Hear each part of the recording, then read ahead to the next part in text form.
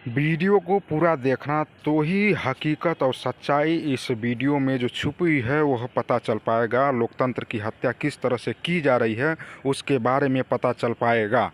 यदि हिम्मत और साहस नहीं है पूरी वीडियो देखने के लिए, समय नहीं है तो मत देखना, पूरा वीडियो देखना, उसके बाद से ही कमेंट कुछ करना। नमस्कार। बांसगांव, मेरठ और महाराजगंज 3 ज़िले ऐसे हैं जहां पर डीएम के ऊपर प्रशासनिक जो है अधिकारी के ऊपर दबाव बना करके परिणाम में कहीं न कहीं परिवर्तन किए गए हैं। ऐसा जो है कई सारे टीवी चैनल्स पर और न्यूज़ एंकर्स और पेपरों में दिखाया गया है।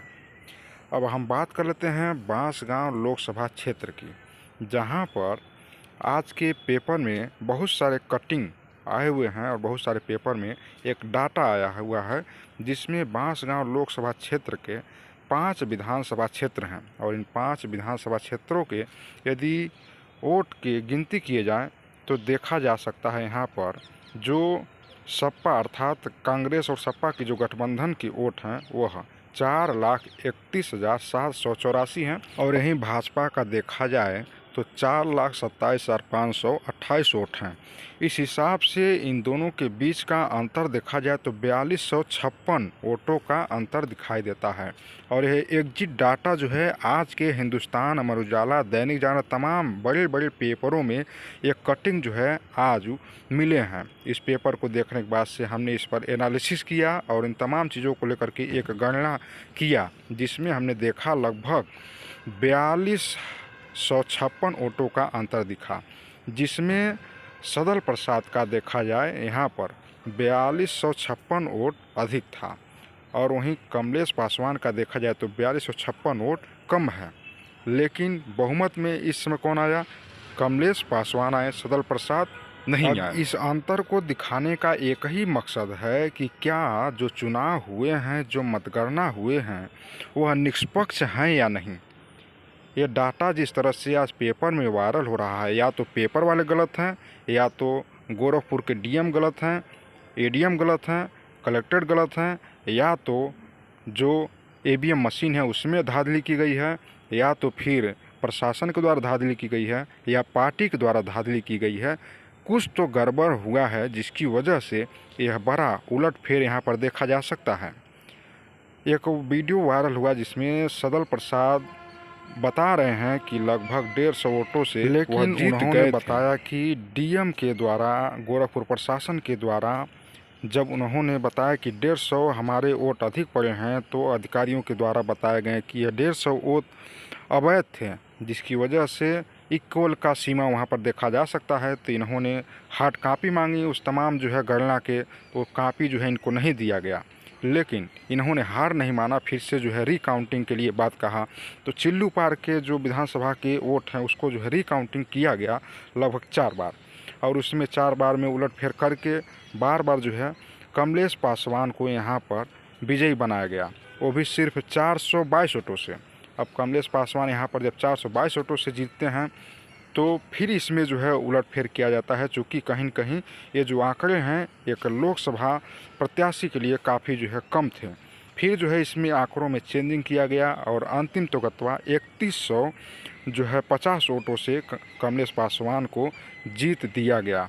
हालांकि जब इस पर फिर से रिकाउंटिंग के लिए प्रेशराइज किए पूरे वोटों की गणना के लिए सदल प्रसाद ने, तब प्रशासन के द्वारा लगभग 1 घंटे तक, 1 से 1.5 घंटे तक जो है कमलेश पासवान को उनके जो सर्टिफिकेट थे देने से डीएम यहाँ के रोक दिए थे और काफ़ी देर तक इस पर जो है चर्चाएं चली। रिकाउंटिंग के लिए काफ़ी देर तक धरने प्रदर्शन पर बैठ गए वहीं पर जो है सदल प्रसाद, लेकिन रिकाउंटिंग नहीं हुआ। किसी तरह से बहला फुसला करके तमाम चीज़ों को जो है तोड़ मटोड़ करके जो है देखा जाए तो कमलेश पासवान को यहाँ पर जीत का सर्टिफिकेट दे दिया जाता है।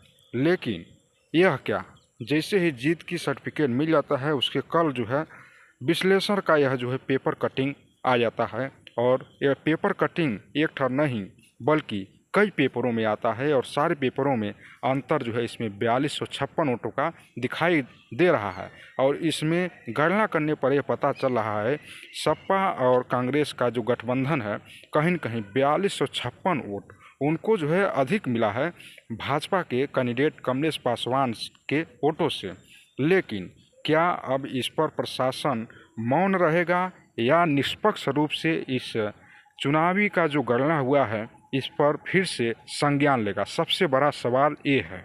चूँकि जिस तरह से धांधली हुआ है, कहीं न कहीं यह बता रहा है कि यह धांधली निष्पक्ष रूप से चुनाव की जो गणना है, मतगणना की जो गणना है, वह निष्पक्ष रूप से नहीं किया गया है।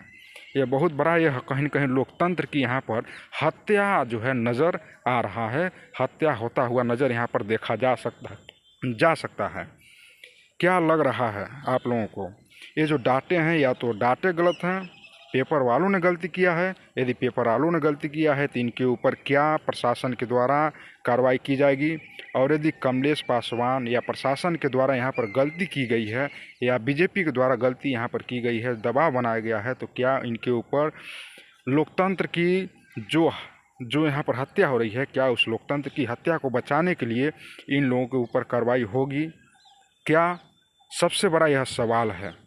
आम जनता के बीच में यह संदेश जा रहा है और सभी लोगों के दिमाग में एक ही जान है कि आखिरकार इतना बड़ा उलटफेर होने के बाद से कैसे जो है कमलेश पासवान को विजेता घोषित कर दिया गया है और सदल प्रसाद को एक जो है उन्हें हारा हुआ प्रत्याशी कैसे घोषित कर दिया गया है। ये तमाम बड़े सवालात हैं और कहीं न कहीं ये सवालात उठने के लिए उतावले भी हैं। जिस तरह से गोरखपुर बांसगांव लोकसभा क्षेत्र में गणना किए गए हैं चुनाव को लेकर के, चुनाव के मतदान को लेकर के, ये तमाम डाटे पेपर के वायरल हो रहे थे, जिसको लेकर के हमने इस पर वीडियो किया है। इसमें खबर है पक्की की किसी भी प्रकार की कोई आलोचना पर्सनल या व्यक्तिगत नहीं है। ये खबरें पेपर में छपी हुई थी, उसको दिखाने का मेरा मेन उद्देश्य यह नहीं था कि किसी के भावनाओं को आहत पहुंचाना, बल्कि सच्चाई चीज़ों से आप लोगों को रूबरू करवाना था। जय हिंद, जय भारत।